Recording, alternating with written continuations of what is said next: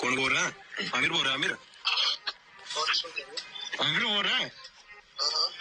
बस यही बता रहा था तेरा करियर खत्म हो गया। ओके, कैसे करेगा करियर खत्म? तेरा हो गया खत्म। ये सारी आप सब अभी हमारे लिए प्रे करो कि हम सेफ रहें यार। हमको बहुत खतरा और बहुत थ्रेट मिल रही है। आज 3 दिन हो चुके हैं भाई, ना पुलिस उनको पकड़ रही है और मुझे तो ये समझ नहीं आ रही भाई, उस बंदे की कंडीशन इतनी खराब है, वो बेड से उठ तक नहीं पा रहा भाई। पेरेंट्स हम सारे 3 दिन से सोए नहीं अच्छे से। देखो भाई यहाँ पे आमिर के एकदम बाल वगैरह पकड़े हुए हैं। यहाँ पे ये मेरे को गंदी गंदी गालियां दे रहा था, ये देख सकते हो, ये मैं खड़ी हूँ, ये मेरे को गंदी गंदी। ये एक सीसीटीवी फुटेज और हमारे पास आई विटनेस भी बहुत सारे हैं भाई। सीसीटीवी फुटेज से आप लोगों को क्लियर हो गया होगा भाई, जो मैं बोल रही थी कि ये बंदा मेरे पे अटैक करने की कोशिश करता, फिर आमिर ने इस पर अटैक किया था। आप सब अभी हमारे लिए प्रे करो कि हम सेफ रहें यार। हमको बहुत खतरा और बहुत थ्रेट मिल रही है। कम से कम 10 साल से लेके उम्र कैद तक है, और अगर उस बंदे का क्रिमिनल रिकॉर्ड है तो उस बंदे को फांसी की सजा भी दी जाती है। तो आमिर माजिद के केस के ऊपर बहुत बड़ी गुड न्यूज निकल के आ रही है, और वो गुड न्यूज ये है जो हम सब लोग मिलके कोशिश कर रहे थे, पुलिस वालों के ऊपर प्रेशर क्रिएट कर रहे थे कि इस केस के ऊपर 307 इरादा कत्ल धारा ही लगानी चाहिए और यही सेक्शन लगना चाहिए। तो फाइनली हमारा सबका प्रेशर देखते हुए पुलिस वालों ने फाइनली इस केस के ऊपर 307 धारा जो है वो लगा दी हुई है। लेकिन अभी बहुत कुछ अभी बाकी है जो हमने सबने मिलकर सपोर्ट करके इस केस में करना है, उसके बारे में मैं अभी आगे बात करता हूं। लेकिन एक बार जितने भी सारे मेरे भाई ये वीडियो देख रहे हो, एक बार नीचे कमेंट कर दीजिए जस्टिस फॉर आमिर माजिद, क्योंकि इस समय जो जस्टिस है वो बहुत जल्द मिलने वाला है आमिर भाई को। लेकिन अभी हमने जो प्रेशर क्रिएट किया है उसको बनाए रखना है, क्योंकि अभी तक एक भी बंदा जो है वो अरेस्ट नहीं हुआ है। केस चाहे 307 का लग चुका हुआ है।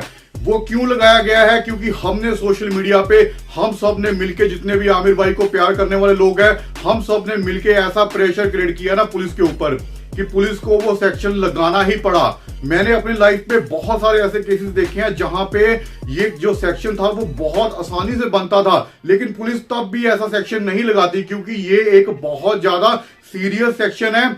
ये सेक्शन लगने के ऊपर आपके जब कोर्ट में जब केस जाएगा, सबसे पहले तो ये इसकी जमानत नहीं होती। जिस बंदे के ऊपर ये सेक्शन लगता है ना, जब वो पकड़ा जाता है तो उसकी जमानत नहीं होगी और कोर्ट में उसको उम्र कैद तक हो सकती है। तो ये इतना ज्यादा सीरियस जो है सेक्शन है, इसलिए पुलिस वाले इसको नहीं लगाते, और इसमें दोनों पार्टियों के बीच में समझौता भी नहीं हो सकता। ज्यादातर केसेस में क्या होता है कि दोनों पार्टियां बैठ में आपस में मिलके समझौता कर लेती है कि जो हमारी लड़ाई हुई है हम इसको खत्म करते हैं, लेकिन ये सेक्शन लगने के बाद समझौता भी नहीं होता। इसीलिए सेक्शन इतना ज्यादा इंपॉर्टेंट और सीरियस हो जाता है। अभी हमें आप सभी की जरूरत इसलिए है क्योंकि अभी जो सेक्शन है वो आमिर माजिद के ऊपर जो है अभी तक कुछ नहीं पता चल रहा कि उसके ऊपर कौन सी धारा अभी तक लगाई जा रही है। अभी आपको इसी वीडियो में मैं आपको उनके साथ जो लेडी थी उनके साथ क्या क्या हुआ उस रात को, और जो उनको धमकियां भरी कॉल्स आ रही थी, सारे प्रूफ के साथ उनकी भी सारी वीडियो मैं आपको दिखाऊंगा। लेकिन उससे पहले इस 307 धारा को समझना बहुत ज्यादा जरूरी है, क्योंकि अगर दूसरी पार्टी की तरफ से भी 307 धारा आमिर माजिद के ऊपर लगा दी जाती है तो ये केस बहुत ज्यादा वीक हो जाएगा। और ऊपर से पुलिस ने एक भी बंदा जो है अभी तक अरेस्ट नहीं किया। तो अभी हमने मेन फोकस करना है इसी चीज पे। हमने पुलिस वालों के ऊपर ये प्रेशर क्रिएट करके रखना है कि जल्दी से जल्दी दूसरी पार्टी के जो बंदे हैं जिन्होंने आमिर माजिद के ऊपर अटैक किया है उनको जल्दी से जल्दी अरेस्ट किया जाए। अगर एक एक बंदा धीरे धीरे करके अरेस्ट होता गया तो आप सोच लो भाई वो बंदे बहुत बुरी तरह से फंसने वाले हैं। लेकिन जितना टाइम वो लोग बाहर रहेंगे उनके वकील उनको गाइड करेंगे, समझाएंगे कि आप भी क्रॉस पर्चा कराइए इनके ऊपर, और वो भी इनके ऊपर 307 कर सकते हैं। फिर आमिर भाई को भी अगर 307 हुई तो आमिर भाई भी अरेस्ट हो सकते हैं और उनको भी उम्र कैद तक की सजा जो है वो हो सकती है इस केस में। या फिर दोनों के ऊपर 307 लगने के बाद ये जज के ऊपर डिपेंड करता है कि वो क्या सजा देता है, तो मे भी शायद ये केस को वीक भी किया जा सकता है। तो अगर आप लोग चाहते हो कि भाई ये चीज जो है वो आमिर भाई के ऊपर ना लगे और दूसरे बंदे जो है जल्दी से जल्दी अरेस्ट हो 307 धारा के तहत, तो एक बार फिर से जस्टिस फॉर आमिर माजिद, ये हमने जो कमेंट है इसको आपने स्पैम कर देना कमेंट सेक्शन में, और इस बात को ज्यादा से ज्यादा फैलाना है #जस्टिस फॉर आमिर माजिद, क्योंकि अभी हमें सारा कुछ क्लियर हो चुका हुआ है। जितने लोगों को ये भी कभी तक क्लियर नहीं हुआ कि किसकी गलती थी, क्यों लड़ाई शुरू हुई, तो अभी आपको मैं एक वीडियो दिखाऊंगा जिसमें वो लेडी ने खुद आके सारा कुछ बताया है कि उस रात क्या हुआ था, कैसे कैसे अटैक हुआ, किस बात पे लड़ाई हुई, और उन्होंने बहुत सारे प्रूफ जो है वो दिए हैं इस केस को लेके, और उन्होंने कहा कि हमने सबसे पहले जाके एफआईआर करवाई। और ये बहुत बढ़िया पॉइंट है, जो बंदा सबसे पहले एफआईआर करवाता है ना, उसका केस जो है वो हाई लेवल का हो जाता है, कि ज्यादा इंपॉर्टेंट हो जाता है कि ये बंदे पहले पुलिस के पास आए थे। तो ये इन्होंने बहुत अच्छी बात की है। लेकिन मुझे एक और चीज की समझ नहीं आ रही कि भाई ये लोग खुद वहां कैफे के पास ही रहते हैं, तो इनके दोस्त क्यों वहां कैफे में जाके पूरी सीसीटीवी फुटेज क्यों नहीं निकलवा रहे। तो जितने भी आमिर भाई के दोस्त हैं, मेरी उनसे रिक्वेस्ट है कि भाई आप लोग जाए, जो आपकी जो पूरी सीसीटीवी फुटेज है ना वो निकलवा के सभी के सामने लेके आओ। क्योंकि जो आधी सीसीटीवी वीडियो जो इन्होंने डाली है, जितने भी मीडिया वालों ने या जो भी इनके हेटर हैं, उससे ये चीज सारी आमिर भाई के खिलाफ जा रही है। लोगों में बहुत गलत मैसेज जा रहा है कि आमिर माजिद ने बिना बात के एक लड़के को मारा है, लेकिन बाद में क्या हुआ उसके बारे में कोई बात नहीं कर रहा।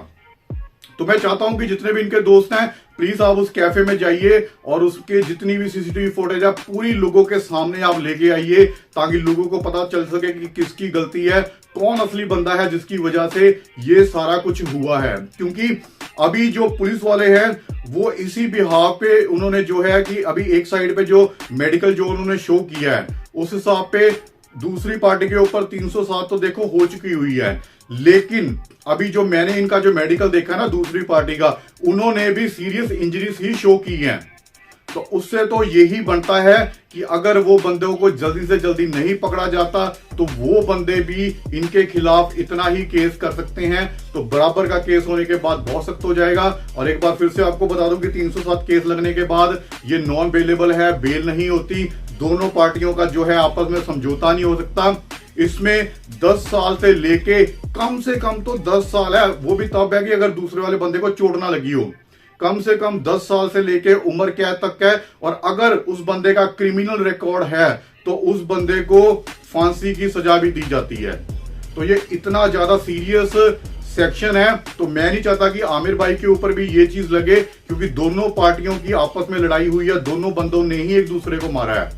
तो अभी एक साइड की एफआईआर सामने आ चुकी हुई है, आपको मैंने दिखा भी दी है सारी कि कौन सी एफआईआर जो है वो उसमें साफ साफ लिखा हुआ है कि 307 सेक्शन लगा है। लेकिन अभी आमिर भाई के ऊपर अगर ये सेक्शन लगता है तो भाई वो बहुत बड़ी प्रॉब्लम में आ जाएंगे। इसलिए हमने जो ये चीज शुरू की है, जब तक आमिर भाई को इंसाफ नहीं मिलता हमने इस चीज को बनाए रखना है। जस्टिस फॉर आमिर माजिद, हमने इस चीज को इतना ज्यादा बिल्ड कर देना है ना, क्योंकि जो पुलिस वाले सोशल मीडिया के ऊपर क्या चलता है उसके ऊपर हर वक्त नजर रखते हैं।